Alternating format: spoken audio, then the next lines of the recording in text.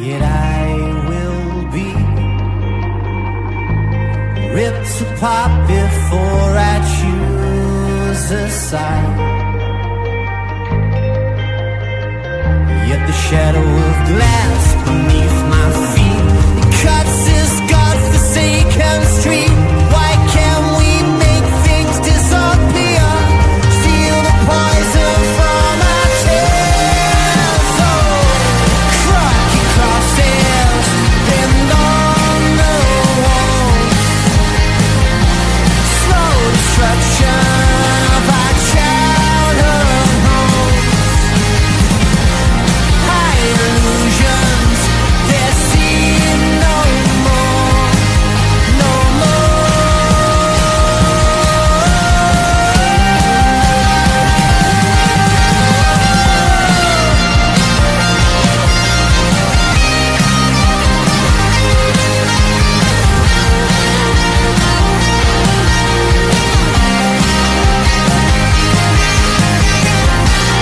rocky crosses pinned on the wall. Slow destruction of our childhood home.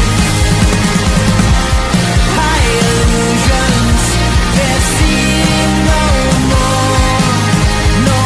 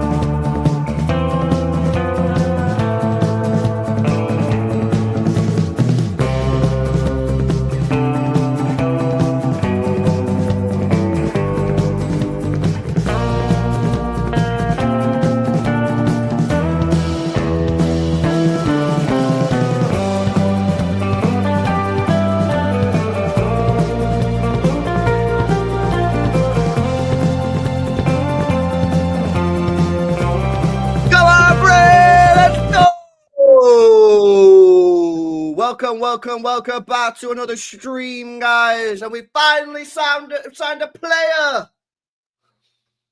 All this talk, man, over the last couple of weeks has been driving me insane. We got the here we goes, but we didn't get the actual signature, bro. And now Abdulkadir Khusanov, the first ever, Uzbekistan player, bro, to play in the Premier League. Can you believe that? Unbelievable.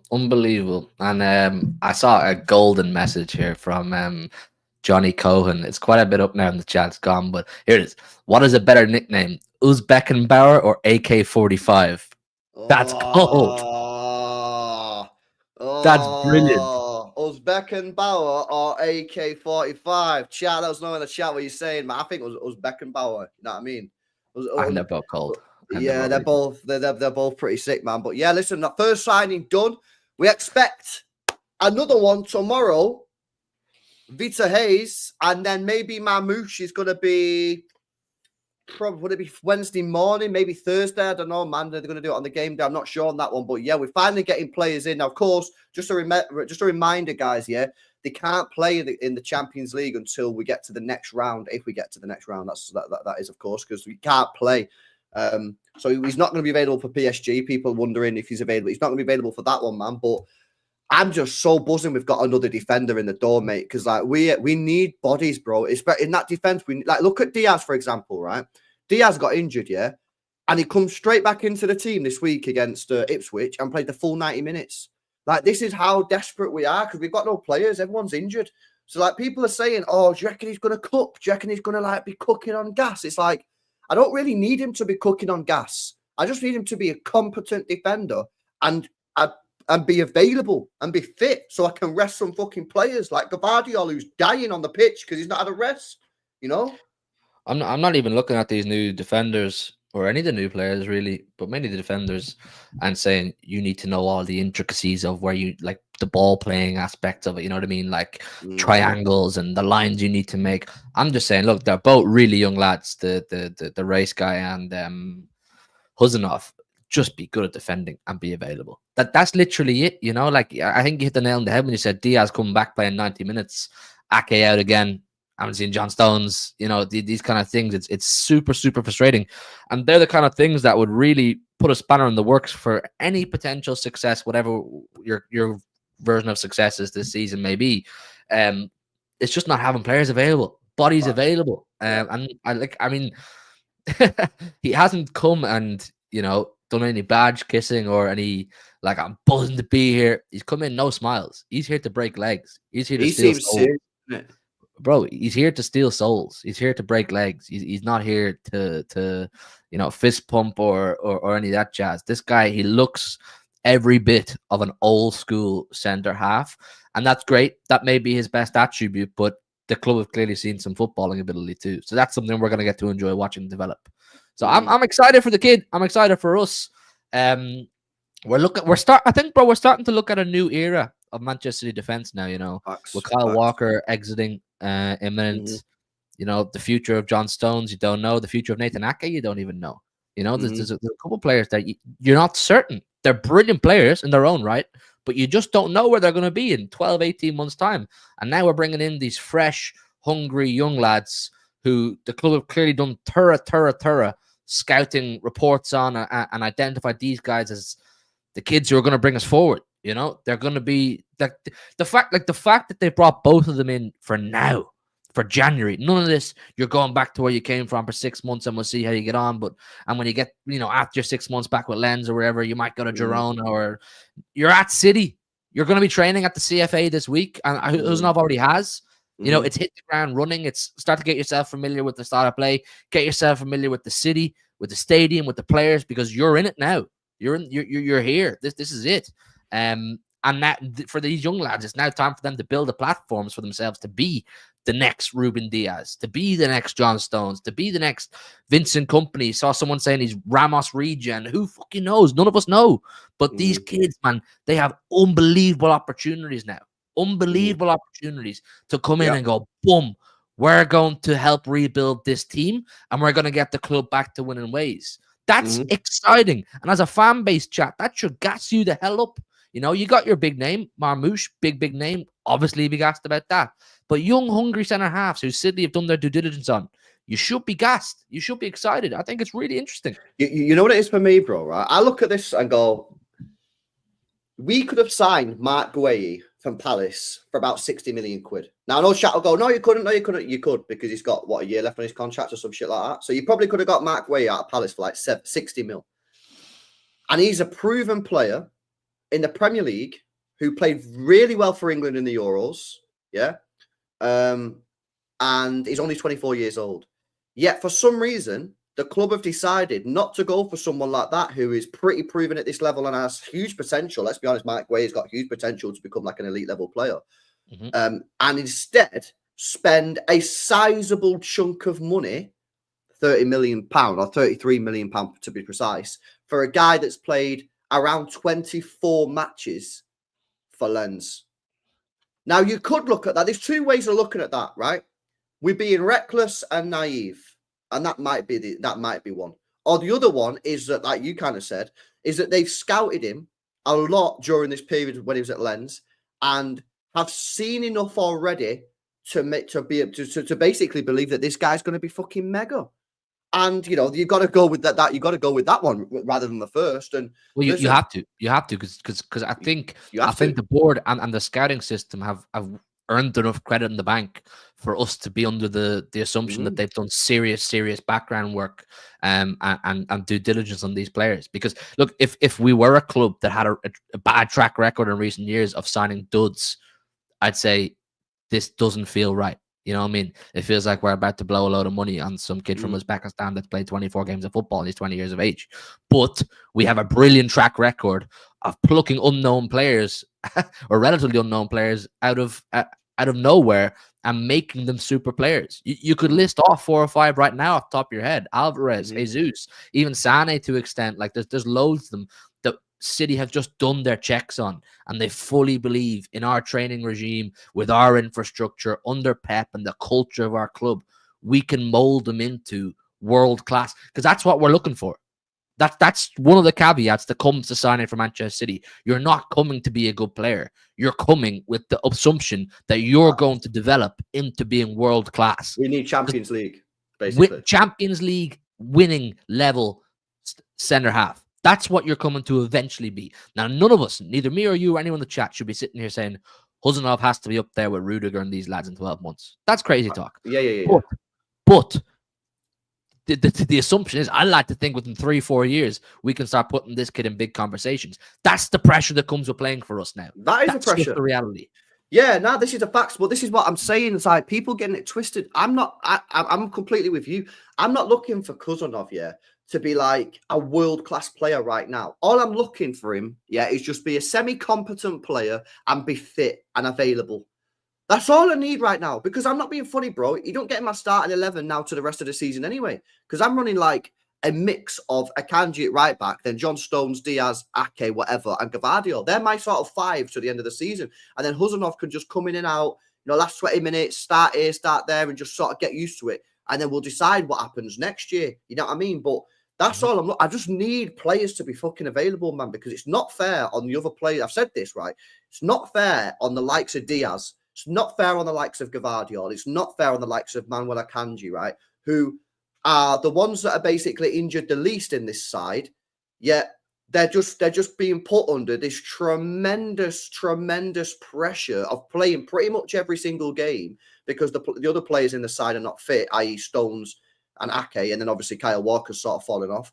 So just be available. Same with the Vita Hayes guy, just exactly the same when we sign out. We're saying exactly the same thing. I do not need you to come in and be prime John Terry this year. I just need you to come in, be semi-competent, don't do no stupid shit, and just be fit and available. And let the other more senior players, Akanji, Diaz, Stones, Ake, and Gavadio, let them just do their work and let them have 20 minutes at the end of a game. Let them maybe have a rest and we can actually rotate. We're not able to rotate our backline because they're all injured.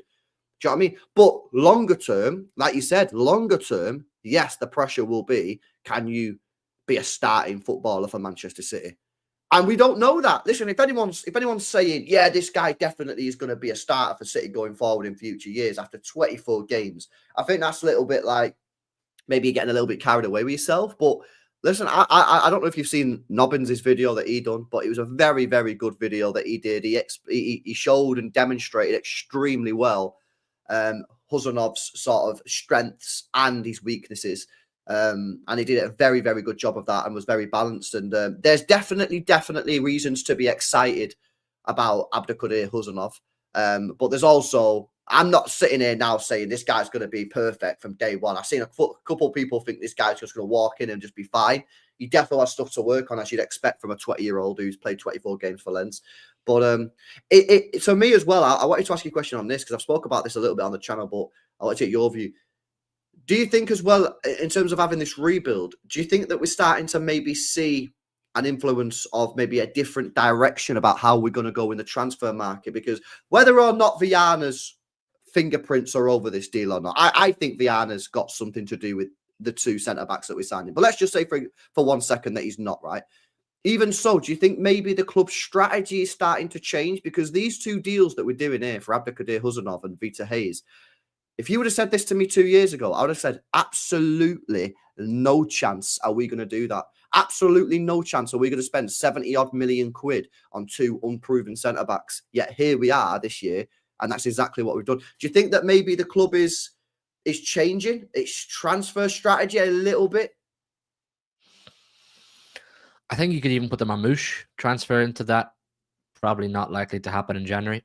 You know, he's a big enough name in European football. He's building his profile at a rapid pace, Mamouche, and he's, undoubtedly got a lot of interest from clubs all around Europe, and we've landed him in January. And I said this on this channel dozens of times, and my own channel dozens of times, that I've always got the feeling that City are very hesitant to do business in January as because of what they said, or one of them said in an end of season interview where they said business in January is a sign of poor preparation for the season. And I felt they had this almost, they were too stubborn to show that side of themselves, that they're willing to do business in January because they don't want to look like they're ill prepared for a season. Whereas I think this January they're showing a lot more willingness to be versatile in their plan towards transfers. You know, be willing to move away from maybe what your plan was 6 months ago on the basis that we need something different right now. And I mean, look, we can all sit here and speculate all day and all night whose fingerprints are over these deals, but I would imagine Viana had a massive input. I really do. I think Viana's looking at these transfers saying, if I didn't have an input on these, probably at least two or three of these, 2 out of 3 of these transfers wouldn't actually happen till the summer. And he probably wants his era to kick off the best way possible, give himself the best chance for his era to begin, you know, with a bang, successfully. How do you do that? You plan. You know what I mean? You do your homework before it's end of class. Get the players in. So these players that are signing in January are going to be in the door 6 months already by the time Viana arrives. So he's done a lot of the work that he needs to do before he arrives. So he can get to July, August and go, right, me and Tiki ticked off a load of shit together in January. Now let's focus on what we need to get this summer for the upcoming season. It looks at face value like really good preparation for a whole new era on and off the pitch. And I really like that. I think as a football fan, you want your board to come across as ruthless and aggressive when they need to be. We've all appreciated and we've all enjoyed the kind of relaxed, foot off the pedal transfer strategy, which has worked for us for so long. You know, we've got a lot of success out of it. But we all know that we've hit that brick wall now, where the relaxed attitude when it comes to transfers isn't going to be sufficient for, in the short term, getting ourselves back to where we sort of need to be. So this is more aggressive, bro. This is really aggressive transfers. Do you know what I mean? This January transfer window is super, super aggressive. And I just don't think you would have seen that 3 years ago. But, bro, the thing is, though, that people didn't get in it. It needed to be, bro, because I've seen people saying, like, when I said, bro, we need to get rid of like 7 or 8 players here, I see people like, no chance. I'm like, bro, you don't understand. We're going to get rid of a lot of players in the summer, mate. And we've already got rid of one now. Obviously, Kyle Walker's basically going to he's going to AC Milan. That's pretty much done deal. I'll come to a super chat in a set. Someone sent a message about that. But like, bro, like we need to be getting the players in. And if we only signed like 2 players in January, but like 1 player that some people were saying, like that would have put Hugo Viana under so much pressure in the summer to sign these top quality players that it was basically destined to fail. So we've got these lads in now, yeah. And even if we just get 3 plus a loan deal, and we'll come on to that, the midfielder in a second, it takes a little bit of pressure off Hugo Viana, in my opinion, you know, going into the summer. It allows these players to bed in. It allows us to see what level they're at. You know, because we've all had the conversation. I've had this conversation plenty of times on this channel, and we've had debates. Me and the chat have had debates about what do we do with Ake and Stones. Some people think get rid of both of them. Some people say get rid of Ake, keep Stones. Some people say keep Stones, get rid of Ake, and some people say keep them both. Right? If by bringing in these 2 centre backs now, we've now got 5 months, of looking at them, and we can assess if they're well shaky and they're both pure rusty. If we've got the squad available, like the squad numbers available, we can potentially keep Ake and Stones and just keep them if we've got the squad numbers. If we've got the squad numbers, keep them. What's the rush and get rid of them? Obviously, if we've not got the squad numbers, then you have to make a decision. If it turns out that this Vita Hayes and Abdelkader Khusanov turn out to be absolute ballers, then maybe we can say to Ake and Stones, sorry, lads. I mean, one of you is going, maybe both of you is going, but we give ourselves the opportunity now to assess where these 2 players are, Abdelkader Khusanov and Vita Hayes, and then we can make that decision in the summer. So again, it's putting ourselves into a unpressured situation. Whereas if we would have not signed these 2 defenders now and waited until the summer, who knows what we would have done with Ake and Stones? Because we would have no idea how good these 2 centre backs would be, would we? We'd have no idea. And then if we got rid of Stones or Ake, and then these 2 defenders turn out to be shit, then we'd be sitting here going, fucking hell, why don't we just like keep them while we let these players bed in? So I think this is fantastic business by City, and I'm super excited by it, man. This is the one downside to having super successful eras. You eventually have to say goodbye to the players. You do. Like, I'm sorry. Like, I don't want to watch Kevin De Bruyne at age 40. I don't. I don't want to watch Erling Haaland when he's 45. You know what I'm saying? Like, these players are legends in their own right. But if you're someone who's fixated on the individuals and you can't move past that, it might be time for you to hop off the bus, because we're moving into an era now where we are going to be phasing out these guys, these titan names of our football club's history now, who've delivered the real creme de la creme that we've craved for since we were kids. We're now going to have to wave goodbye to a number of them. And I think you're going to say goodbye to at least 1, 2, maybe 3 of them this summer. And that's just the reality.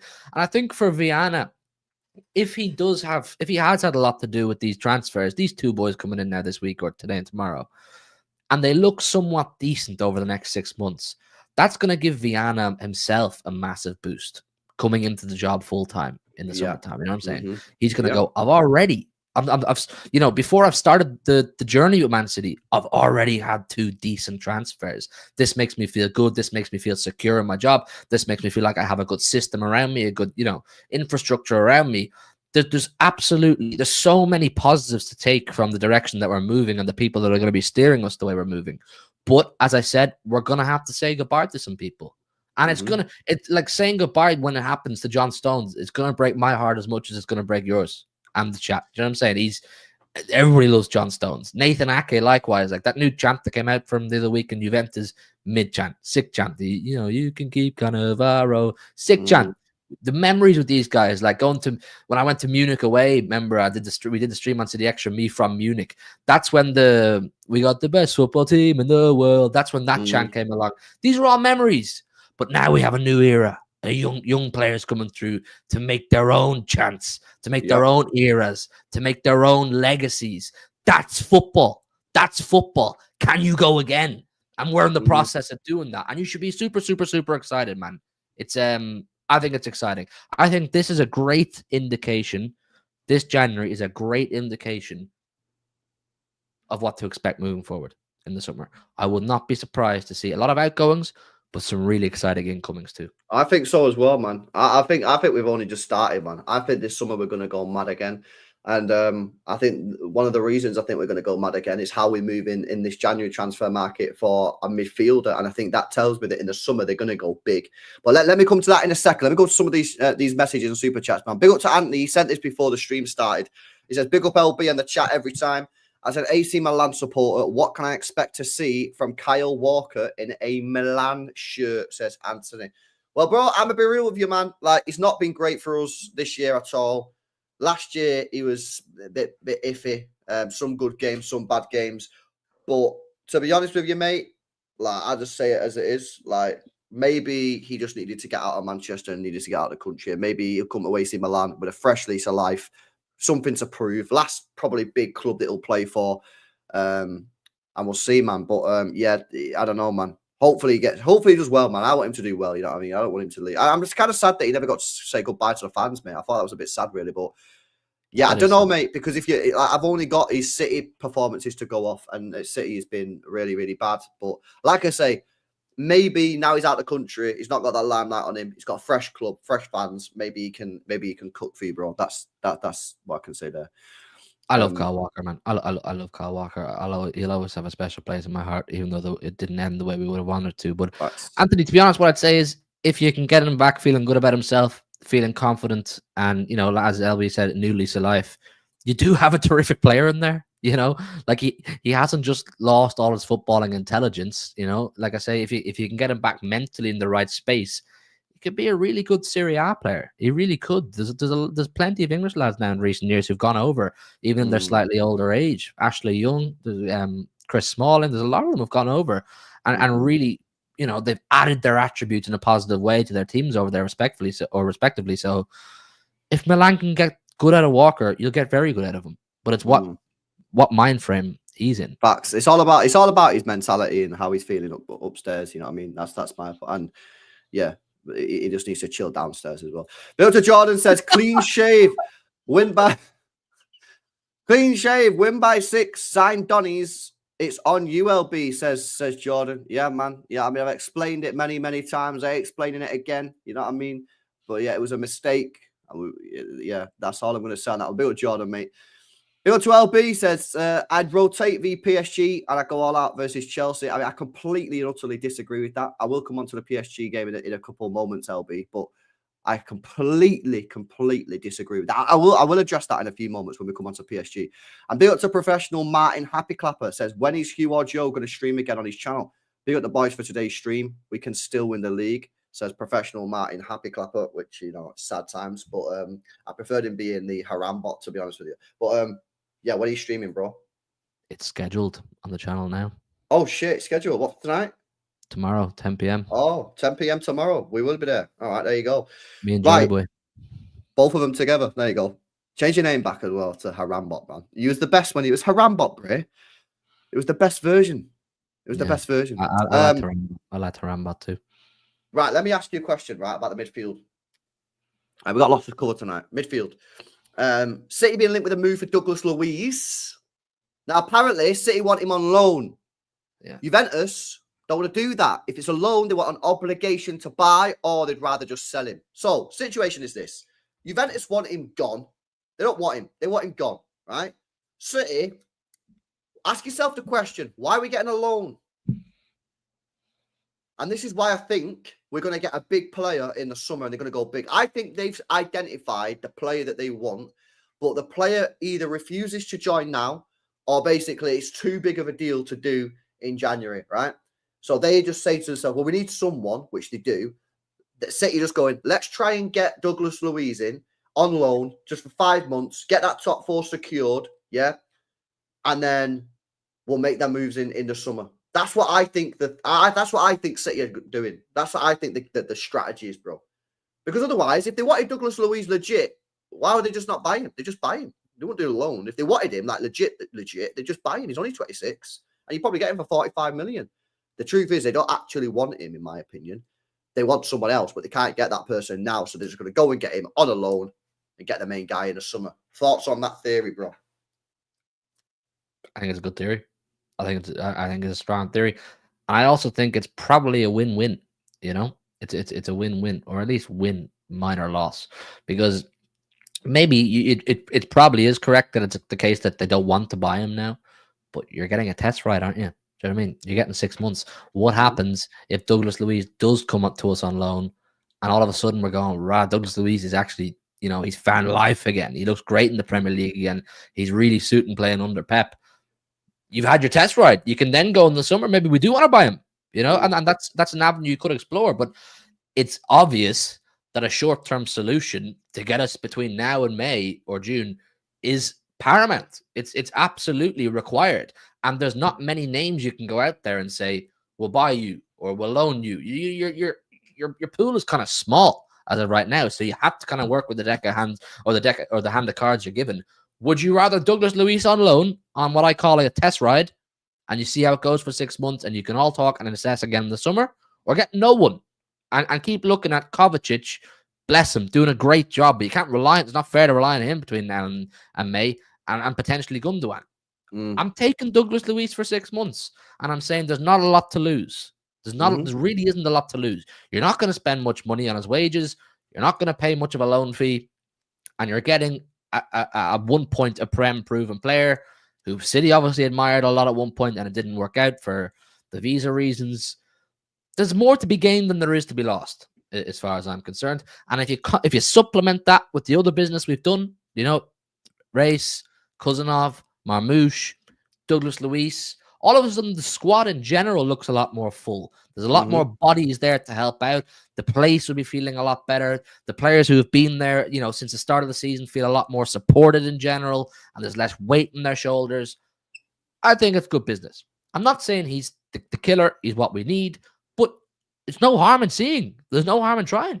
Bro, it's a temporary measure to secure us top four, which I think it would secure. I mean, I'm feeling pretty confident now about top four anyway. I've changed my mind. I'm feeling pretty confident about it. But I think if you get Douglas Luiz, that secures your top four. And if City just want to get him on a loan deal for 6 months, I really don't see why there's so many City fans out there that are so against this deal. I tweeted about it, right? I'm not even like pro Luiz. Like, I want like a fucking Bruno G, me or someone like that, yeah. But I'm like, as a 6 month deal, as a temporary solution, Like, I do not understand why there's so many City fans that are just completely against it for 6 months. It buys us a little bit of time. It buys us time, bro. It's pretty much secures us top 4, and it gives us a chance at the 2 competitions we're in. And then in the summer, we'll give him back unless he smashes it, and then we'll buy him. We'll probably give him back, and then we'll go and get our main guy. I think it for me is just a no-brainer. He's better than Juventus, and he's better than Gundogan. It's Rodri-itis, and I understand it. I do. Everyone, like most City fans, are looking at any centre mid, going, "You're not Rodri. You're not as good as Rodri. You'll never be as good as Rodri. You're not going to look the way I want you to look on the pitch." You know what I'm saying? You're not going to function the way I want you to function. There's no one we sign, whether it's Bruno G, whether it's Zubimendi, whether it's Ederson, Douglas Luiz, none of them are going to be Rodri. But you have to, in this case, lower your standards a little bit from the Ballon d'Or winner. That's just the reality, bro. You're not going to get Rodri 2.0. So you have to go, who can we get that we can work with under the circumstances?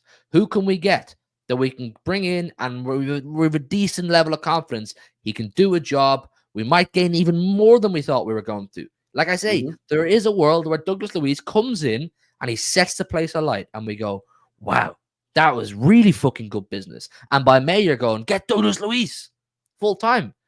I think it's worth the punt based on the background of Douglas Luiz. What else do we do? You hammer Kovacic and Gundo. You hammer Kovacic and Gundo. Because they don't want to buy Angelo Stiller. If they wanted Angelo Stiller, they'd buy Angelo Stiller. They'd get him out of fucking Stuttgart easy. They want a big time player. Yeah, they want a Bruno G, or they want like a Baleba. They want someone like that. And then you say, how do you know that? Well, the evidence for me is the fact that we're not signed the player. If they wanted Angelo Stiller, if Angelo Stiller was the guy that City want, they'd go and get Angelo Stiller now in January. They'd pay 60 million. If they felt it was that good and he's the guy, they'd go and buy him. Same with that Humland. Same with all these guys, man. If they wanted him really, they'd go and sign him. But they obviously don't. In my opinion, they want Bruno G, or they want Baleba. They want someone like that. They want a player that's going to cost 80, 90, 800 million. We're going to get one. I fully believe, I genuinely do, we're going to get a big dog centre mid in the summer. I agree. And that's why they want to loan Luiz. I really do. Viana comes in. Viana comes in. He learns the 16-digit number on the front of the City business card, and he says, we're going to go and buy ourselves a big dog centre mid. This is me announcing myself. But the conversation, unfortunately, right now, people, is what can we do to optimize ourselves between now and May? Not who's the big player can we go and get? Because that's a conversation we're going to have all day and all night anyway between now and summertime. Do you know what I'm saying? Yeah. The conversation is not going to change between now and July, August. All that's going to change is Douglas Luiz in that conversation, or is whoever we get between now and then in that conversation. Because those big dog players will still be those big dog players in July, August. But as of right now, I'm more concerned about the next 18, 19 games, whatever we have left. What can we get out of this season? There's a Champions League there to fight for. There's an FA Cup there to fight for. There's top 4 there to fight for. Maybe who knows after that. But you have to give yourself the best chance. And I think they are up to now. But now it's get a centre mid. Because you cannot hammer Kovacic and you cannot hammer Gundo. It is not feasible. It's not sustainable. And it's not right. So have that conversation, people. Who's actually feasible to go and get? Not who do you really want? Because we're not all going to agree on that. Yeah, correct. This came out a couple of days ago when Paul Hurst, who's a decent source, not the best, but decent source, says City still want Ederson. Now, I put my theory out on this one. And since I put my theory out, they've not won a single game. They've not won a single game, bro. So, yeah, like this is crazy, you know. Maybe they're going to go and get him. Maybe they're going to go and get him, man. I'm not crazy about Ederson. I can't lie. Like I'm not based off of 2 games I've watched, but it is only 2 games I've watched. So I watched them 4 times. 4 times. One of them including the Europa League final. He played again. He played again like the other day, and people in the chat. I didn't watch it, but people in the chat said he was bad. I'm like, he doesn't move me. He doesn't move me. The reason I keep on talking about this, is because Jack Gaughan said City are interested in this guy just before the window opened. So there's like a credible journalist, and that's the only credible name we've had all January. And they're now pretty much out of a title race. In my opinion, they ain't winning the title now. They're like 7 points behind or something like that. And they've still got 2 games to go. They play Como this weekend. I might watch it. But yeah, like I don't know, man. It's an interesting one on the midfielder, but I just think that this Douglas Luiz loan is picking up traction online. I don't know if anyone's been on Twitter today, but it is picking up traction. A lot more journalists are speaking about it now. I think basically it's who cracks first, because Juventus want him gone, and City want him on a loan deal. And it's obviously Juventus are probably just saying, no, we want an obligation. Are you going to buy him? And City like, no, we're loaning him. And it's who cracks first.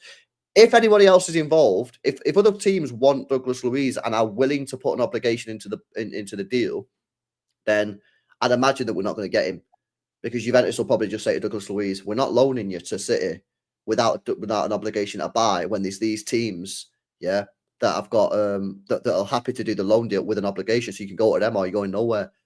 If there's no one else involved or there's no one else willing to do the obligation, then we've got a chance. But this, again, will probably drag on till the end of the window, until one of the 2 teams cracks. Is it going to be Juventus who just say, fine, just fucking take him, we'll deal with it in the summer? Or is City going to either A, walk away, or City going to say, right, we'll put an obligation in? I think the best you get is option to buy out of City. I don't think City, but rest their laurels on an obligation to buy. Yeah. I think Obligation to buy are dead though, aren't they? Like, nah, they're basically just like, it ain't happening. It's too high risk, isn't it? Too much commitment. I think I They don't think want him, bro. They've already identified the midfielder that they want. That's the thing for me. They already know who they want, and they can't get him. That's why they're going to get Douglas, or that's why they try to get Luiz on a loan. That's my opinion. That's what I think we're doing. I think they know who it is. Whether it's Belabor, whether it's Adam Wharton, whether it's Bruno G, whether it's your mate down the pub, I don't know who it is. But I think they've identified who it is. They can't get him in January for whatever reason. And they think, right, we can't get him, but we do need somebody. So let's just get Douglas Luiz on loan. That's what I think they're doing. If I was Juve, I'd let him go without the obligation to buy the City, because he's going to get shop window, isn't he? He's going to get more game time. People are going to see him more. Best case scenario, City want him come the summer permanently, and they're willing to put in a decent bid for him.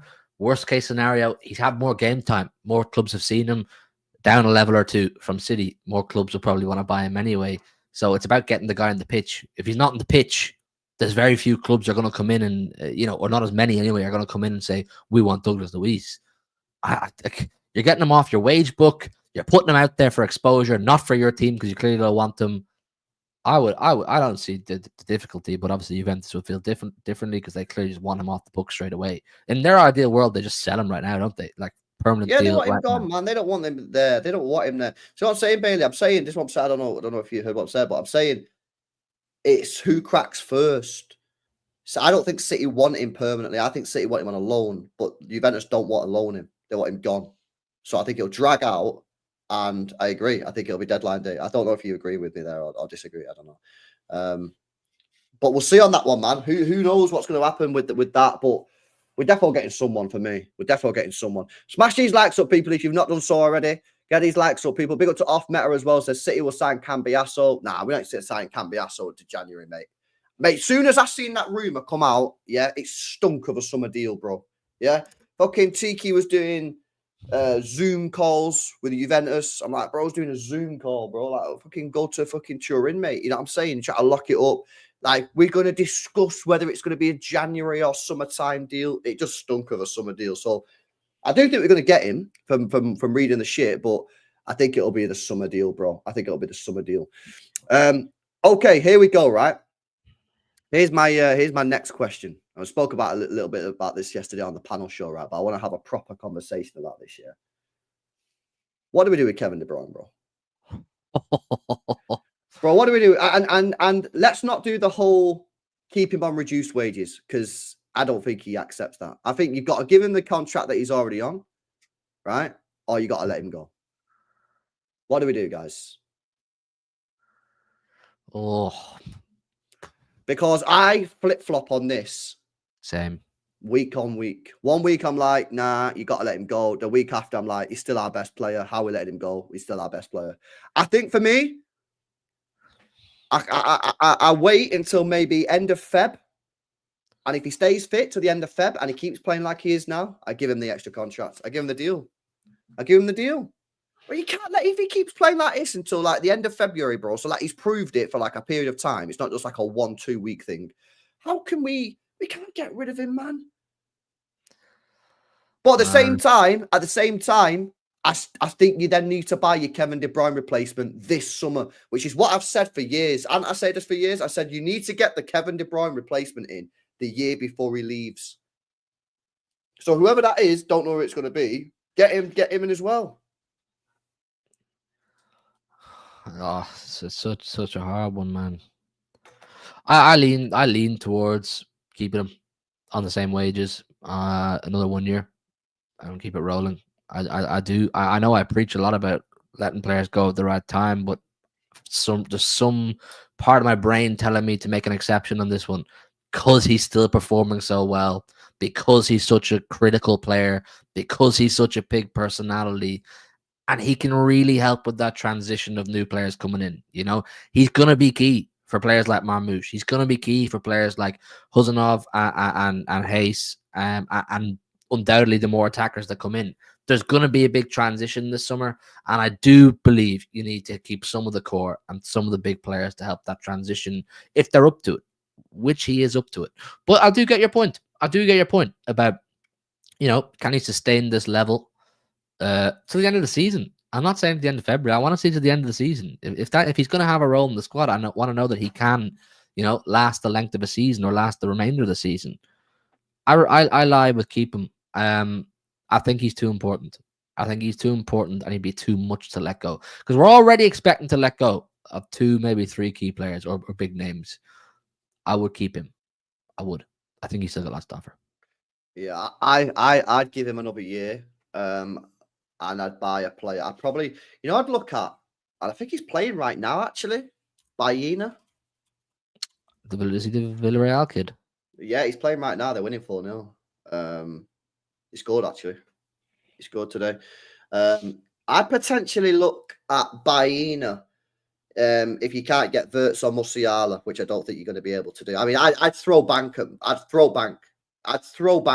Wirtz. Yeah, I really would. But let's just say you can't get him because that's what I've been told. I think I'd go towards Baena because I know he plays on the left a lot, right? But when I've watched him, and he has played in the middle as well, but like I just think he could be a potential solution. And then you've got your likes of Marmoush there, you got Foden there. At the moment, we've still got McAtee, and then you've got Baena in. I think that could be a potential option because I don't really see what else you can do. If you can't get Wirtz or Musiala, then what else are you gonna do, man? What else are you gonna do? Xavi Simons, I mean, potentially, but I don't know. There's been absolutely zero links to him, and so I don't know. I'd look at Alex Baena, and he can play on the wing as well. So again, another versatile player. I think a 60 million release clause, which we love. Go and get him in. Sudakov. No one said Sudakov yet. I don't know about him, bro. But yeah, I'd give him a new deal, Kevin De Bruyne, and I'd get another player in the summer. I'd get another player in the summer and just ease them in. And people will say, oh, but you can't sign a player and say, oh, we're going to rotate with Kevin De Bruyne. Of course you can for 1 year. Man, that'd be funny if you got Alex Baena or someone like that and say, right, come to City now, mate. Yeah, you're going to be the Kevin De Bruyne replacement. What's he going to say? Nah, I'll stay at Villarreal. I don't want to hold bench. You're not going to hold bench, mate. First of all, yeah, take one look at Kevin De Bruyne's injury records. We'll probably give him a contract, yeah, and he'll get a 6-month injury or something. That's how lucky we get at his football club. He's going to play. He can play left, he can play in the middle. And just say, bro, it's so you can get used to the fucking league and used to the country and shit. You can bed in, and then the year later, when he goes, you're the man. So I'd do it, man. The wages is the wages, bro, but the guy puts up the numbers, mate. This guy puts up the numbers. He puts up the numbers, Kevin De Bruyne. He deserves the wages. He deserves the money. That's the big thing, isn't it? He's putting up the numbers. His numbers are still really, really good, and he's still at times our best player on the pitch. And there's a lot to be said for that. I don't know much about Baena. I can't say I've ever watched them. You probably have, but I don't know. I don't think you pitch it to any players like you're the next Kevin De Bruyne or you're the De Bruyne replacement. I think you just have to find what suits. But I don't know who that is. It's kind of similar to the situation we're in now regarding the defensive midfielder. There's no outstanding candidate. Musiala and Wirtz. We can all sit here and bang the drum for those two. What's the likelihood we get them? I don't know. There's still a part of me thinks that Viana will come in this summer and he'll really push for one of them, like really test the waters to get one of them. Will it happen? You don't know, because it's going to be hard to get those players out of either of their clubs, especially with the other clubs swimming around. Well, Musiala's new contract apparently has a release clause in it. We're not going to trigger a release clause from summer. We're not. No, but for next season. So, like, if you keep De Bruyne for this season, yeah, and then you don't want to go along with my plan of getting someone in like a Baena, you could then let Kevin De Bruyne go in the summer of 2026 and then activate Musiala's release clause. Musiala, yeah, this is the thing, yeah. I told you guys back in December that this shit smelt funny with Musiala, right? And it does. He don't want it. I don't think he wants to be in Bayern Munich long term, bro. He doesn't. I don't even think he wants to stay. To be honest with you. You ever hear the guy talking? If you're a Bayern Munich fan, I wouldn't be happy with the way he speaks, the way the things he says about, I want to go where I can challenge for the biggest honors individually, like Ballon d'Ors and that, as well as the big trophies. If you're a Bayern fan, you're like, why are you saying that? You should feel like you're already in a place to do that right now at Bayern Munich. There's no need for you to say that. Instead, he is saying that. That's what I'm saying. I don't know. I think he's trying to milk the man. I think he's trying to get the most money out of them he can short term, and flex it and exit when he can. That's why he's got the release clause in, man. And the thing is, as well, Bayern are going to go along with it and be like, "Oh yeah, we're happy." They're going to do the PR thing. Yeah, they're going to do. Oh yeah, we don't mind putting a release clause in there. No.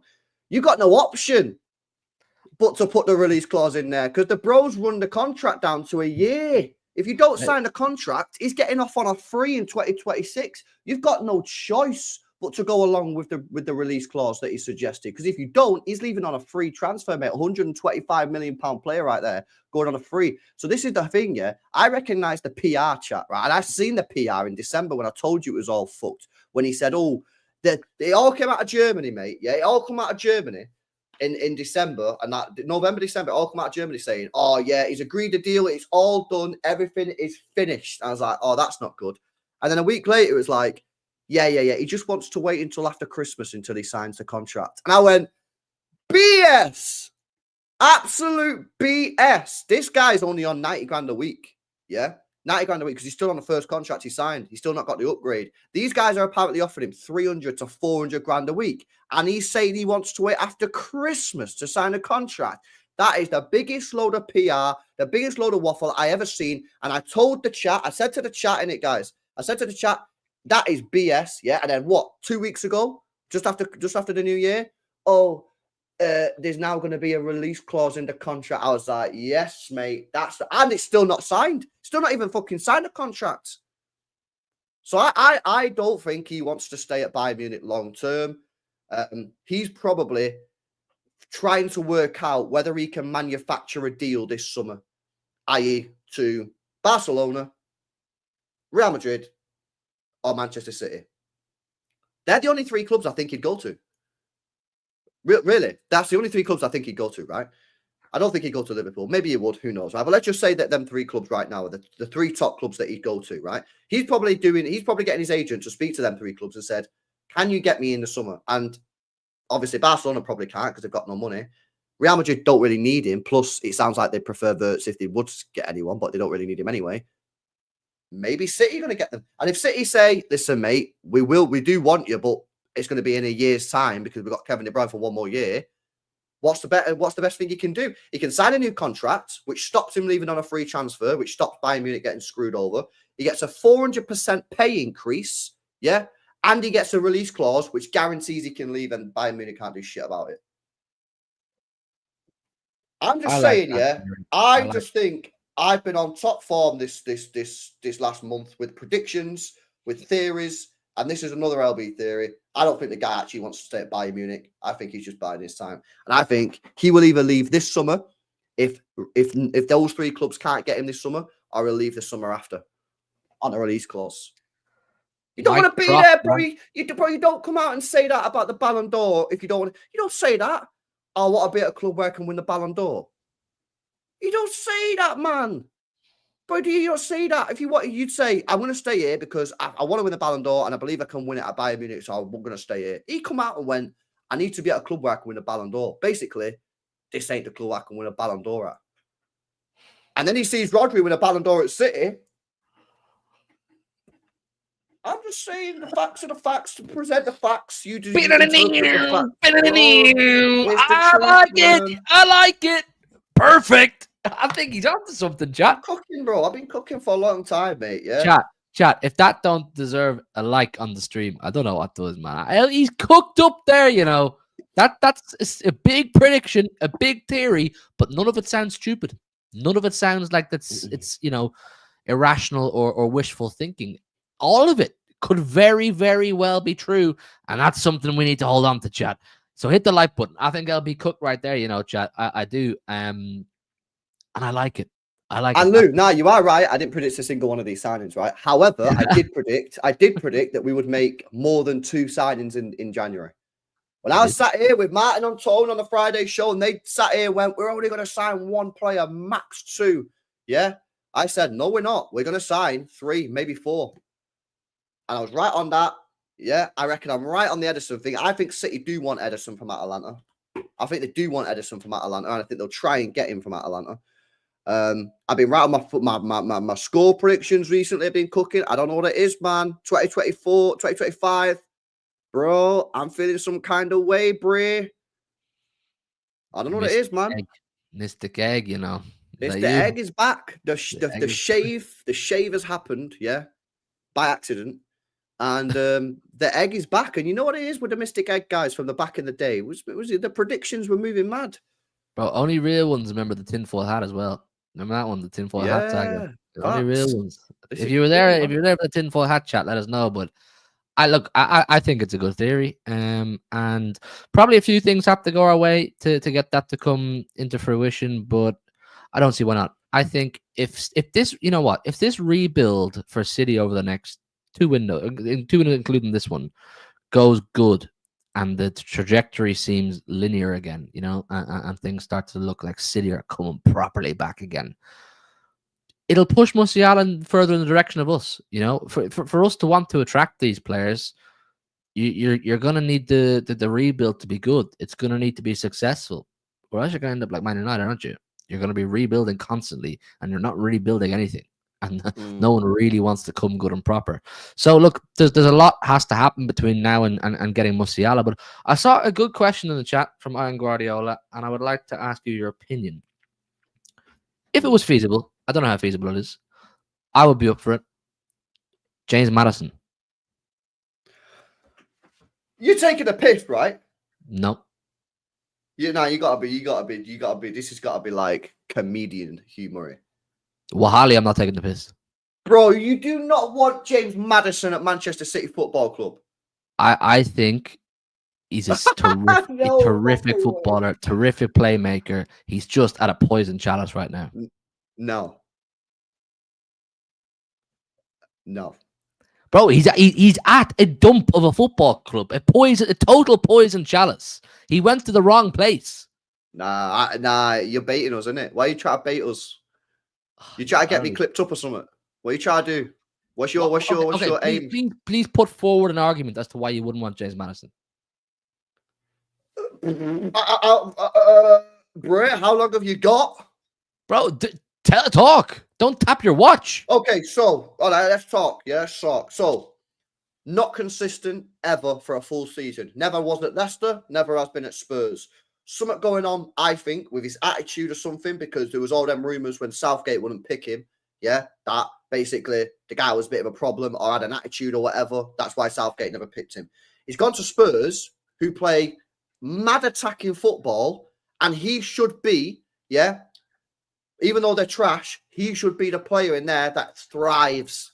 That even when they get him beat, he should be the one that's cooking on gas, that's scoring, that's assisting, because they play all this mad attacking football, and he's still crap.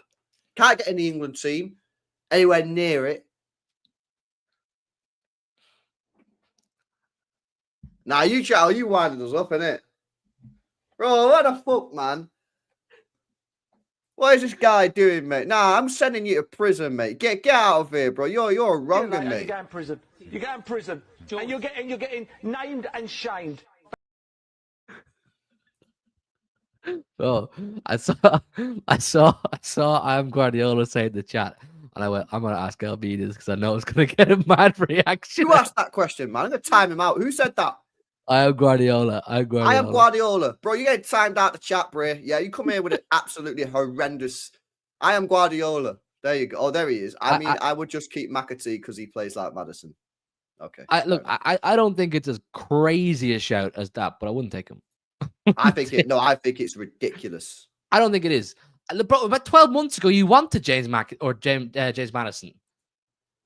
Yeah, bro, as a squad rotational player, I'm in a different market now, man. I know I can find dozens of clips of you saying, I would love James Madison at Man City. I would love James Madison. No. Okay, so first of all, opinions change based off of new evidence. He's gone to Spurs and he's now trash. Second of all, I was shopping in a different market because back then I'm looking for squad rotation. Yeah, I'm looking for Alvarez replacements. I'm looking for just a backup to Kevin De Bruyne. We're now talking about someone that can come in and replace Kevin De Bruyne. It's a different prospect. Do you know what I mean? So, for example, yeah, Kyogo in the summer, I'd have took Kyogo as a backup to Haaland. Don't know nothing about him, but he's a backup to Haaland. He's not going to play that much, whatever, right? If Haaland left, I then wouldn't want Kyogo. I'd want Isak. Okay, fair. What about if You get it? De Bruyne stays and Madison comes to complement? Nah. I'd rather take Paqueta. Paqueta, yeah. If we're going to go for one of these type of players, I'd rather go Paqueta. I know he's fell off this year. I don't care. I'd still rather get Paqueta than Madison if we're going to go for one of them type of players. But I don't want them type of players. I need someone that can come in and play starting. And, bro, this guy's playing in one of the most attacking teams in the league in terms of, like, they don't really have a structure. They just attack. And he's still trash at the moment. I do think Spurs is a part of the problem. I do think Spurs is part of the problem for James Madison. Of course, 100%. It just hasn't clicked. There's possibly an element for James Madison that's similar to Douglas Luiz at Juve. It just didn't work. It just didn't click. Because, come on, don't lie. There's a good footballer in James Madison. He is. He reads the game well. He's technically very good. But it just hasn't worked at Tottenham. That can happen to players. You know what? I put him in the Power League player. I have a bracket of player I call them Power League footballers, right? And basically, Power League, like five-a-side. You have it in Ireland, Power League? Yeah. Yeah, five-a-side football. Like Power League footballers, right? It's like, if you put them on a five-a-side pitch, all my days, yeah, they'd be one of the best players you ever seen, right? But when they play 11-a-side, different game, man. Would you put Sancho in that category, yeah? No, I think Sancho's a baller. Do you? I think Sancho's a top baller. And I think the problem with him is he's probably been influenced wrongly. And I think that move from Dortmund to Man United it's massively stunted his potential growth. I think Sancho could have been one of the best wingers in world football. Would you go for him? Sancho? No, bro. I'm cooking on gas, mate. I got Savio, Doku starting to cook. I got Bob coming back. I'm chill on that. I'm chill. But my point is, Sancho is just a good footballer. He's not a Power League player. He's a good football player. Unfortunately, he ruined his career when he decided to join Manchester United, just like everybody else who joins Manchester United. Just like probably Diallo will do by signing that new contract. Well done, mate. That's a horrendous decision. Yeah, the Diallo one, yeah. I don't know. I mean, there's not many other names out there. I think that's harsh to call Madison the Power League footballer. I do. I think he's a lot better than that, man. I think he would cook on a Power League pitch, though, wouldn't it? You agree with that? Anybody in the Premier League cooks on a Power League pitch? I don't know. Maybe not. Name one who doesn't cook on a Power League pitch. I don't know if Joleon Lescott would cook on a Power League pitch, but Joleon he plays Lescott Power League now and he cooks. That's him. Nah. I've seen clips. I've never seen him play Power League, bro. I'm just saying there's certain players, that suit different styles. You know what I mean? And I just think that he is a player that doesn't really, at the moment, is not suiting football. You know what I mean? And I think, keep him away from City, man. Plus, bro, we need to be buying players that are feeling good and have good sort of like feeling about them, man. I don't want to buy these players that are coming here with their head down. And it's like, oh, we're trying to save your career. This is what Arsenal do, mate. Yeah, they're signing Havertz, fucking Jesus, Zinchenko, Sterling. Yeah, I don't sign these players, man. I like Marino. I want to sign players who are like, yo, you're about to take the next step up. We're not here to save your career. You know what I mean? Because that's what you're doing if you sign Maddison. It's like, bro, if you sign for City and you still don't play well, your career is basically over. I want to sign players who are like, I back myself. I want to be signing Bainas, Verts, Musialas, who are coming to Manchester City and like, I'm going to take you to the next level. And you will then take me to the next level at the same time. Not signing a player where they're like, oh, yeah, I'll join and then maybe I can just have be decent and, you know, get my reputation back up there. You know, we're not a care home, bro. We got to be like pushing ourselves and pushing them. But what do you make of the news about, or the news coming out of Spain, that Real Madrid are really, really bullying the hell out of Tchouaméni? So that does sort of like fall into the care home thing, but obviously it's a different situation. Tchouaméni? Real Madrid. Yeah, in the sense that, like, bro, like they're not liking him, innit? They want to get rid of him. But it's different. Yeah, that's what I'm saying. It's a different situation because he's still a good footballer. I've not watched a lot of Real Madrid this year when he's played in midfield. The only times I think I've watched him is when he's played at centre back, and he's not been particularly great. I watched him against Barcelona when they got panned like 5-2 the other week, and I think he played at centre back there. He wasn't great. I don't know because I've not seen him a lot this year, and when I have, he's been played at centre back. But like, surely he's a good player. He obviously is a good player, but I think I fully agree. The pool of players that you're talking about that you want to be operating in, the feel-good factor players, the linear trajectory players, you know, the players on the rise, it's wafer thin. It's a very, very... If you was to get Tchouaméni, bro, where would you play him? Because you don't want to play him next to Rodri. I don't want Tchouaméni, Rodri in midfield. I think that'd be dead. People who watch me for a long time know I'm just a big Tchouaméni fan. I think he's really good. I think we need to be looking for, right? And here's a name for you, yeah? And some of you are going to like this and some of you are going to think it's a proper stinky Maddison's type shout, right? We need a player that can do basically the Gundogan role of play next to Rodri, go forward, get a few goals, get a few assists, keep everything popping off, and then when just like, can you just stick him at 6 for a couple of games, right? Get away with it. There's a shout, right? And I'm not saying I'm for it. I'm not saying I'm just putting the name out there because I think he's going to be available on the market. Kobe Mainu. Would you take him? Do you think he could do that role? Because I think he's going to be available. I really do. I think he wants out. I think they want to get rid of him. I don't think he suits their system.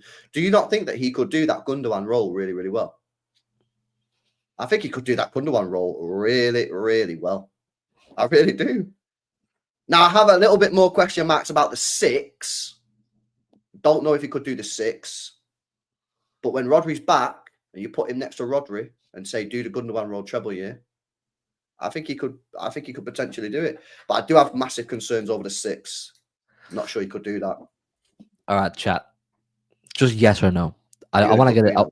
I want to just get a vibe here. Just yes or no. I don't need any essays. Don't need any cookings of LB. I just want yes or no of you lot. All I want to see. It's a mad proposition, man. Do you know how much piss that will boil? It would be pretty funny. It would be pretty funny. Okay, so that's another no. So Maddison, no. I don't rate. No. I don't rate Kobe Mino like that. I don't. I never did. I think he's major. I would take Minu, at City to play next to Rodri, but that does not solve our Rodri. What do you do when Rodri's not there issue? I think he's a good player. He's a good player, and he has good potential. I do, but I also really believe he's just one of these United youngsters that's been put on a stupidly high pedestal, like ridiculously high pedestal. No, that is true. Mad overrated. He's not 60% of the player that we're told he is. Seedorf, man. Fucking Seedorf. Have some shame, man. What are we doing here, Seedorf? Bro's played about 15 games, man. Relax. But I would actually, I'd take him at City, but he does not solve at all our problem when Rodri's not there. because I don't think he's a 6. I don't think he's very good at 6 at all. I think Gundogan was well better. So, yeah, we're probably not going to sign him. But I don't know about it, because it's like you're looking for a player, surely, that can play next to Rodri and then do the 6, which for me is Bruno fucking Guimaraes. But every single time we see it in the press, City do not want to pay £100 million for Bruno. Well, then City not getting Bruno. I think if you're going to go into that category of players that cost a bomb, probably Baleba makes financially the most success. My problem with Baleba, right, is I've only seen him once, right, but and YouTube compilations, but I don't know based off what I've seen so far, I don't know if he's good enough technically on the ball when we have possession on the edge of the opposition's penalty area to try and break them down. That's why Gundogan, mate, was absolutely perfect for the role in the treble year, because he could drop back and sit next to Rodri when we're defending, and when he went forward, he could break down the opposition and get goals and assists. I don't know if Baleba's going to be good enough at that at the top end of the football pitch. I think as a 6, if you just wanted a lone 6, yeah, mint, or someone that would run around. But I think for me, I don't know, man. I've seen him on the comps. I've seen him for the game, and like that side of the game worries me. Off the ball, it's the opposite problem that what we've got now. At the moment, our problem is off the ball. We're atrocious. I think with him coming in, he'd solve a lot of that problem. But then on the ball, I don't know if he's good enough at that. But I've only seen him once on the YouTube compilations. That's all I can give you based on what I've seen, though. But I'd love Baleba. If you he's only a young lad, though, Baleba, isn't he? He's only a young lad. You know, there's a lot of room for improvement. There's clearly a high ceiling there. I don't know. I mean, there's not a great market of players out there for the kind of role you're talking about. You really are limiting yourself to, in terms of guaranteed hitters. Do you know what I'm saying? Players that come in and they're going to hit the ground running. You're only really looking at Bruno G's and maybe 1-2 more. And I'm not even sure who to put into that category. Oh, you know what? As well, another fucking unbelievable LB shout that I got absolutely rinsed for in the summer. Yeah. Trevor Chalobah, 20 million in the summer, just dropped a man of the match performance. Yeah. And I got absolutely rinsed for this opinion in the summer. Yeah. Rinsed for it. For 20 million, homegrown player, can play left back, centre back, right back, DM. Yeah. A mad utility player, mad versatile, £20 million. And I still remember every single freaking name in the chat. Yeah. In the summer that tried to cook me for that opinion. And that was mint, bro. 20 million quid for Trevor Chalobah. And I got laughed at, bro. I got laughed at in the summer. I said, we're going into the season with 7 defenders. That is atrocious. Yeah, I said, that is really, really, really, really, really freaking bad, yeah. And bang, we got cooked. John Stones injured. Ake injured. Rico Lewis, not good enough at right back. Kyle Walker, falling off. And I said, sign Trevor Chalobah for 20 million quid. He can play everywhere and he won't demand to play week in, week out. And everyone cut me, bro. But he's not 20. He's not 20 million if City go in for him. He's not. Immediately, there's another 20 million on top of that. That's what Palace paid. We're not Palace. You know what I mean? Chelsea know.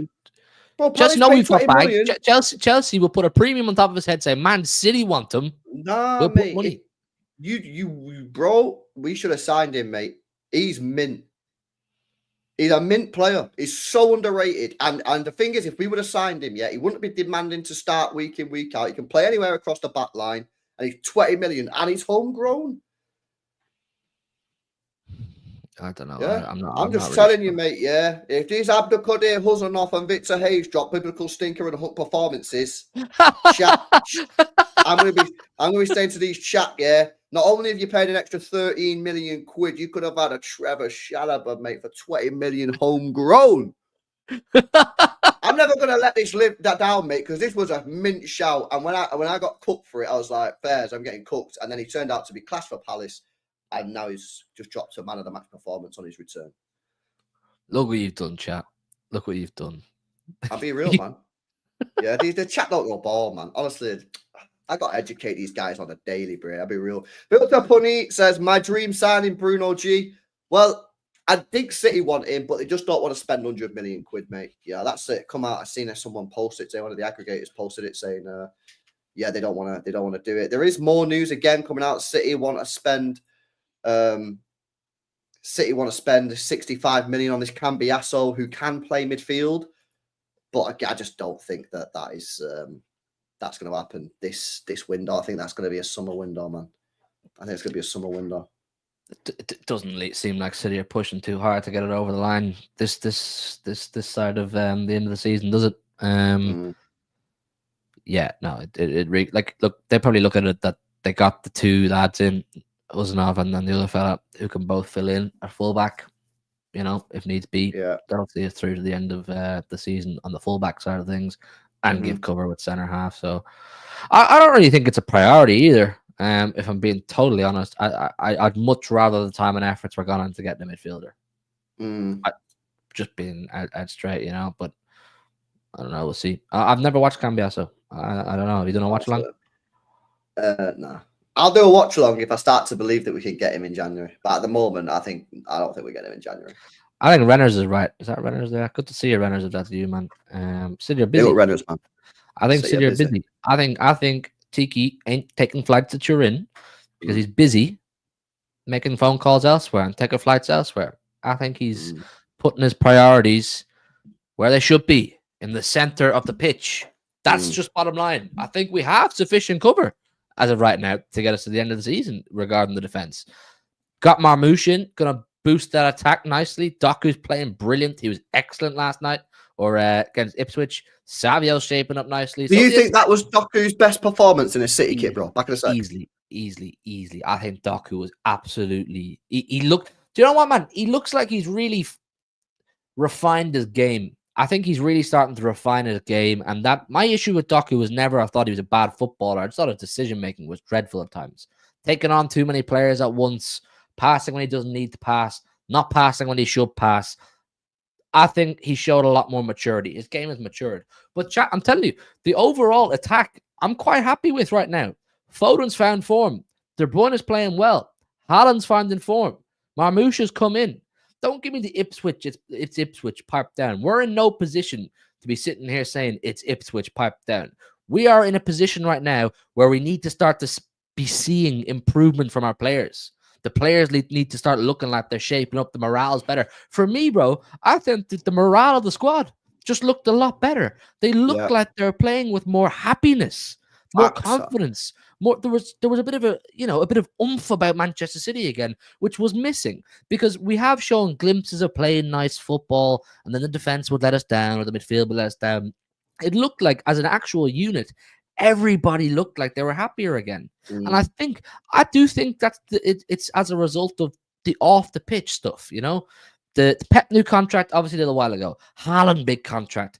Khusanov coming in. Race coming in. Marmoush coming in. The players feel more supported. The players feel like there's backup on the way, and we're ready to go in for a fight again. And that's important. I don't care. You could have put out fucking, I don't know, Salford C team, and we beat them 6-0. I'd still look at our players. I don't give a fuck what the other team's doing. I'd look at our players and go, how are our lads doing? How do they look? And if you're going to sit there and go, it's only Ipswich, you're miserable. City were fucking brilliant. They were. We were very good. The thing is, for me, I think that our performances have started to improve since West Ham. I think the West Ham game, it started to improve because our attack, that was the first time that I saw life in our attack. The defense was still really bad, right? We should have been 3-0 down after 10, 15 minutes, but our attack started to improve, right? Then obviously we whack Salford, which, is what it is, but we dealt with them. That's the main thing. And then obviously the game against Ipswich, I felt that our attack continued to cause the opposition serious problems. Ruben Diaz being back in that back line made all the difference. I'm absolutely 100% convinced that we win that Brentford game if Ruben Diaz plays. Convinced of it. Yeah, because it's look at the way we concede those goals, and we might even keep a clean sheet if I'm being real with you. Yeah, we probably win that game if Diaz is in there. Our issue now is, right, we have to keep Diaz fit. Diaz is now our Rodri. Like previously, it's like Rodri, we need to keep him fit. Diaz is now, we have to keep Diaz fit because he's the only player in that defense here that actually likes defending properly. Now, Ake, to a degree, does, but he's more passive with it. Diaz, he'll put his body on the line. Yeah, he actually likes to go and challenge an aerial duel and go and win headers. Yeah, there ain't no way that Diaz lets that second Brentford goal go in. Yeah, because he challenges that completely different to the way Akanji did, right? And if we can keep him fit, right, we keep Kevin De Bruyne playing the way he is, and Haaland obviously will then do well. You got Doku and Savio, who are now cooking on gas, right? They're playing pretty well on that left-hand side. Foden's now coming into form.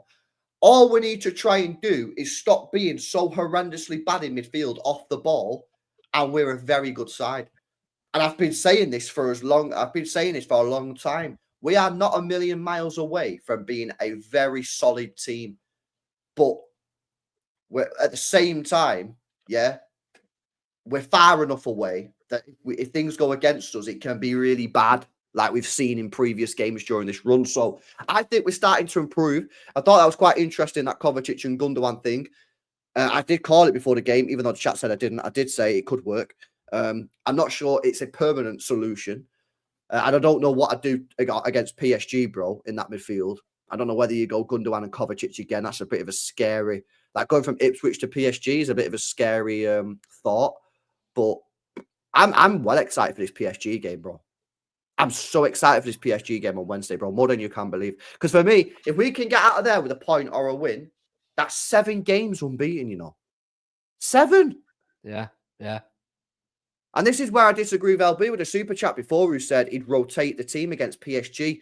That, for me, bro, is an awful idea. And I'll tell you why I think it's an awful idea, bro, yeah? It's because for me, we finally got a little bit of momentum going. We finally got a little bit of momentum going where we're now 5 games unbeaten. The last thing that we want to be doing is just throwing a game by rotating all our players and losing again and being back on the fucking L. If we get a point, even though a point doesn't do much for us really in terms of the qualification because we kind of need a win, yeah?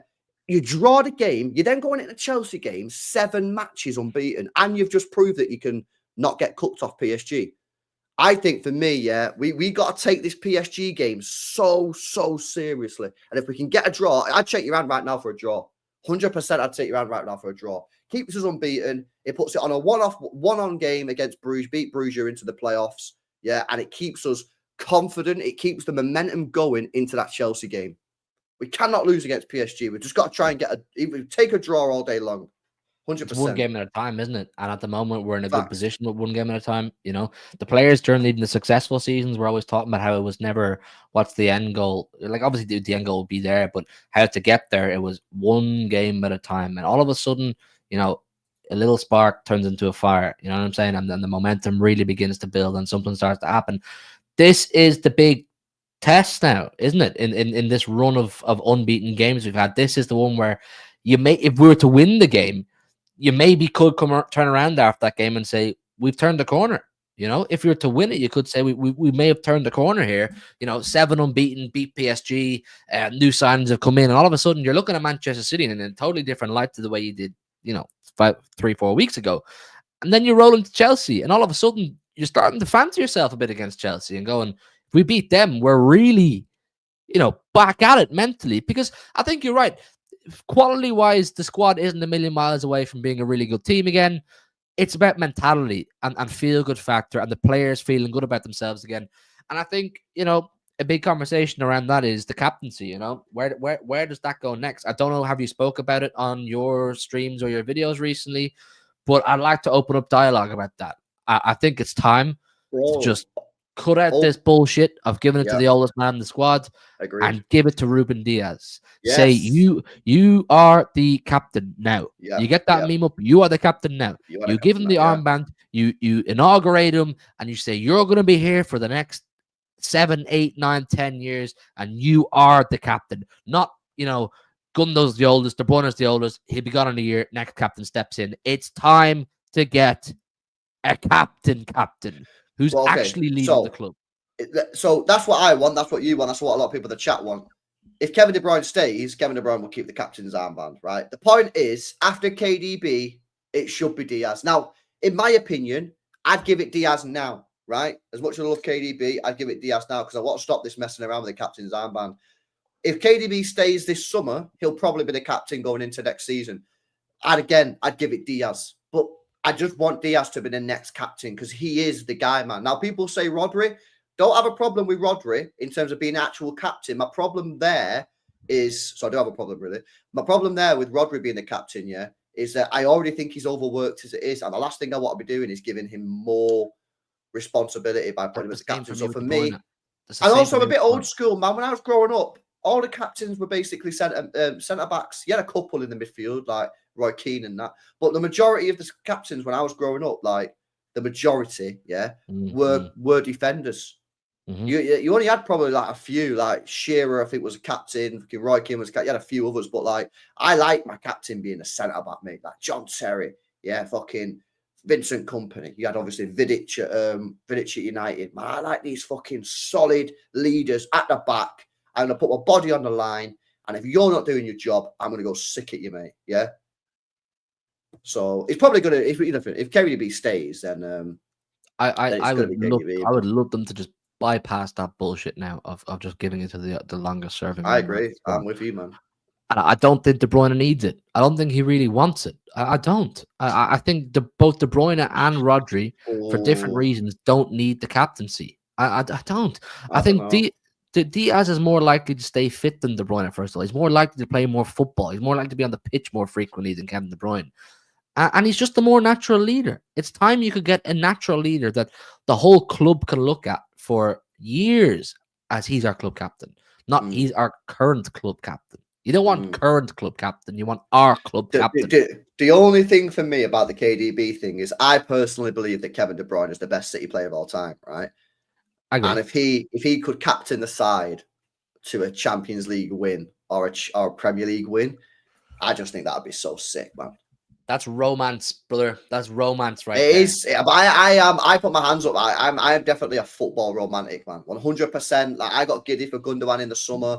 Like I am a football romantic. I love that whole kind of stuff. Yeah, that's why I'm saying get Vincent Kompany back after Pep. Like you love a storyline, bro. You love a storyline. I love a storyline. I love the romance of football. So that's why I'm all over. Yeah, sentimentality is my middle name. Get Vincent Kompany back after Pep Guardiola and let's run it, man. Get him a second statue, all that kind of shit. I love that. So I don't know. We'll see what happens there, man. Listen, let's do these last couple of chats, man, before we bring it to a close. Big up to Emmanuel. Says sorry, but I've got to say I think it's because I think Bayern have lost Musiala once they got Kompany. He probably doesn't think the club is serious. Well, I think we're getting Kompany after Pep, so Musiala can hold that. If you don't want to come in, he's getting Kompany, mate. Listen, I don't think he's doing a bad job. Listen, he's top of the Bundesliga. He's like 9th in or whatever he is in the Champions League. They had some tricky fixtures. You know, they can still finish inside the top 8. I don't think they're doing that bad, really.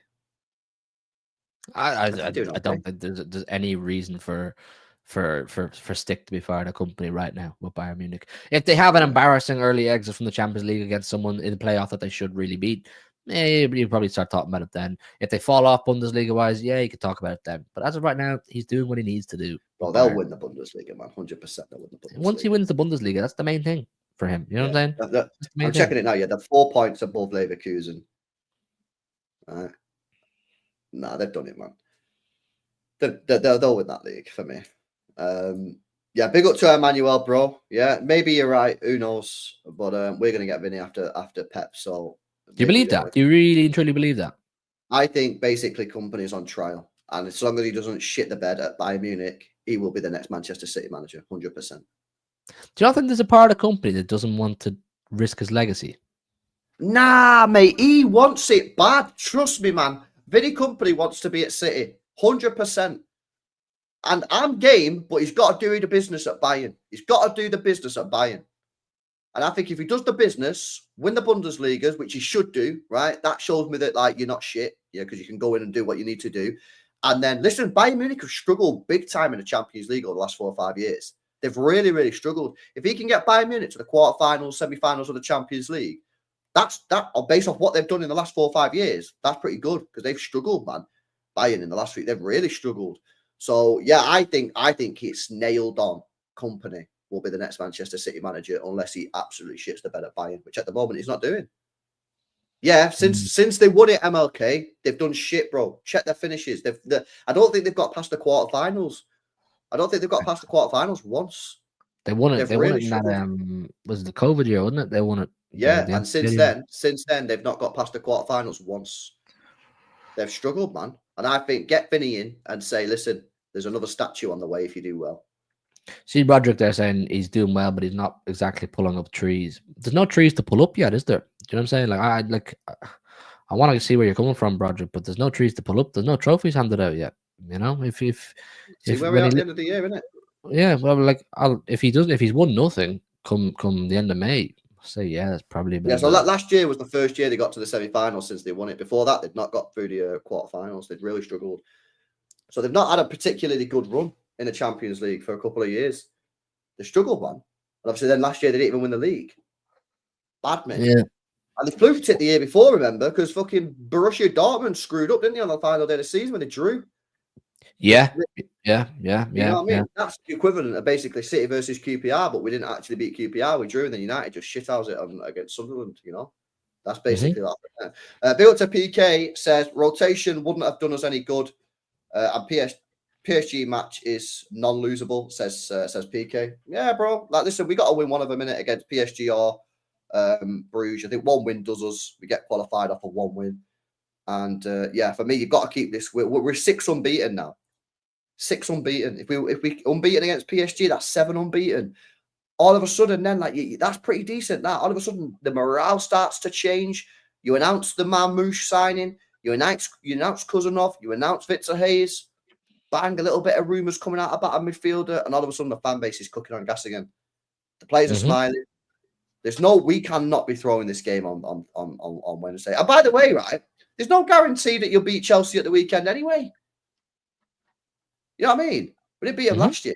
So you could throw the game against PSG and say, save all our players for Chelsea. What about if you get beat off PSG and then you get beat off Chelsea? You're back in the dump, aren't you? You're back in the shitter. You're screwed, Brit, is what you are. And big up to Off-Met says, Verts and Belabor in the summer, sorted for 10 years. Yeah, man. I'm all over that, mate. I'm all over that. Sound. All right, and bro, any more dialogues? Not really. I'll talk about whatever I need to talk about tomorrow night on my first stream back out of retirement. Yeah, man. Do it, bro. Big up Echo Falls as well. Says, you know the story of Pep stopping Bayern from signing KDB because he knew he'd be at City. All I'm saying is that Company and Musiala are both at Bayern. Hey, maybe there's something in that, bro. I don't know, but the guy's getting a release clause in his contract. You know what I mean? So hold that Bayern. The PR spin, I'm already starting to see it. Oh, Bayern are happy with it. Blah blah blah blah blah. Like, get out of here, man. What if it is one big conspiracy and Vinny's saying to Musiala, look, mate, hold off on the new contract, sign it in like March, and make sure there's a decent release clause in there. Me and you, we both go to City and we cook it up. And Musiala goes, I like you, Vinny. Let's do that. Who knows, bro? That might be the thing, isn't it? That might be the play.